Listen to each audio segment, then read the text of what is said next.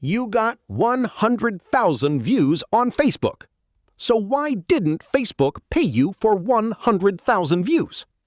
This is something a lot of creators are getting confused about right now. You see a huge number on your video. You get excited. You check your earnings, and the money doesn't match the views. Maybe you got thousands of views, but your earnings are surprisingly low. Or maybe you see something called qualified views, and you're wondering, wait, what happened to the rest of my views? Well, Facebook's monetization system is increasingly focused on the performance and value of the views, not simply the big view number you see on your post. And Facebook has now introduced metrics that make this much easier to see. So in this video, I'm going to explain why your total views and your earnings can look completely different, what qualified views actually mean, what non-qualified views mean, and what you can do if you want your Facebook content to earn more. Let's start with the biggest misunderstanding. When you see a video with 100,000 views, it's very easy to think 100,000 views equals 100,000 opportunities to earn. But that's not how Facebook's current performance-based monetization works. Facebook content monetization is designed around how eligible content performs. That means the platform looks beyond the simple number sitting underneath your video. And this is why two creators can have very different earnings, even if their videos receive a similar number of views. One creator might get a large number of views, but relatively little monetizable performance. Another creator might get fewer views, but generate stronger watch time, engagement, and other signals that contribute to earnings. So if you have ever looked at your Facebook dashboard and thought, Facebook is stealing my views, that's probably not the best way to understand what's happening. The more useful question is, how many of my views are actually qualified, and how is my content performing? That's why Facebook has started giving creators more detailed information about their performance. Instead of only looking at your total views, you can now see metrics that give you a better idea of what is happening behind that number. And one of the most important ones is qualified views. This is where things start getting interesting, because you can have a video with a huge view count, but your qualified views can be much different, and that difference can help explain why the earnings don't look the way you expected. So don't judge the performance of a monetized Facebook video purely by the number of views displayed publicly. So what exactly are qualified views? Think about it this way. Facebook isn't simply asking, did somebody view this video? It's trying to understand whether that viewing activity represents the kind of performance that can contribute to monetization. That's why the word qualified matters. Your total views are basically telling you how much viewing activity your content received. Qualified views give you a more specific look at the views that Facebook considers eligible for its performance-based earnings calculation. And this is one of the reasons your public view count and your earnings shouldn't be expected to move together perfectly. Let's imagine two creators.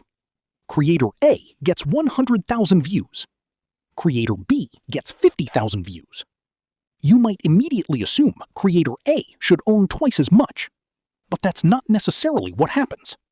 If Creator B's content generates stronger qualified performance, better watch time, stronger engagement, or other valuable signals, the earnings can look very different. And this is why I don't want you to obsess over the biggest number you can see. If you're monetizing on Facebook, start paying attention to the numbers behind the views. Look at your qualified views.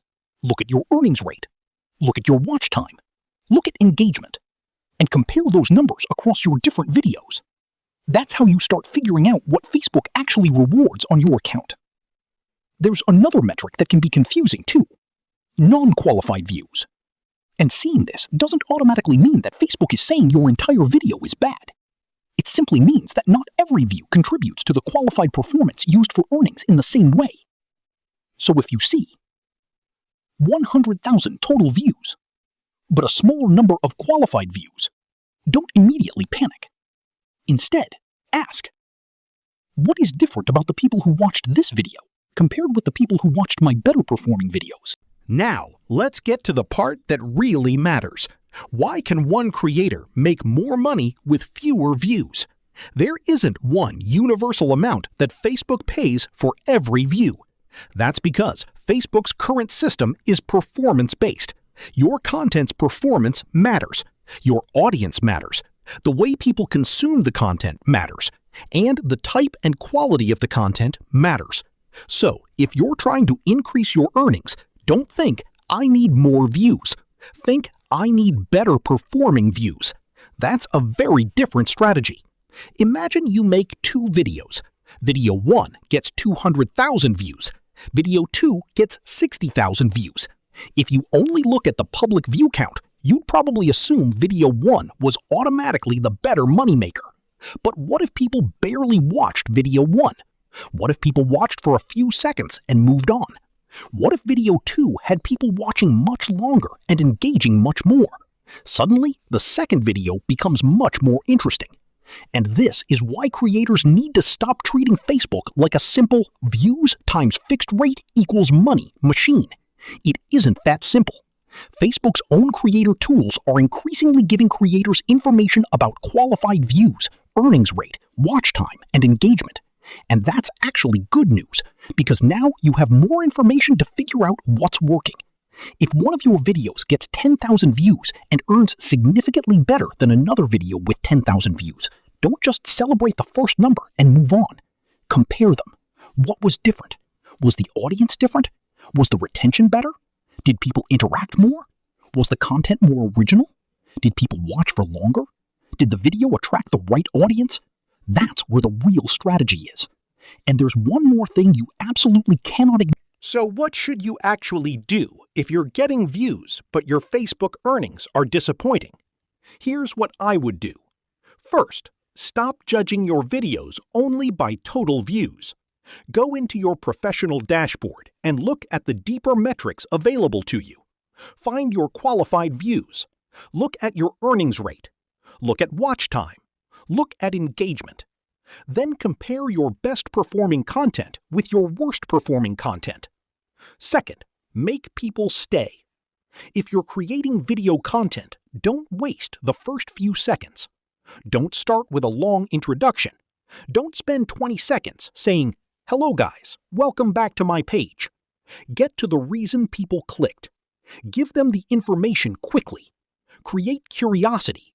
Then keep delivering value. Third, make original content. Don't build your entire page around reposting other people's videos. If you're using third-party material, add genuine value. Explain something. Analyze it. Teach something. Tell a story. Transform it in a meaningful way. Your goal should be for somebody to watch your content and say, "This creator actually gave me something." Fourth, stop chasing empty views. This one is extremely important. You can chase viral clips all day. You can chase trends. You can copy whatever is getting millions of views. But if those viewers aren't actually interested in your content, you have... If you're trying to make money from Facebook, I want to know something. Have you ever looked at your views and wondered why the earnings were so low? Tell me your total views and your earnings in the comments. And if you want more videos breaking down Facebook, YouTube, AI, and online monetization without all the confusing jargon, subscribe to TrendMeek.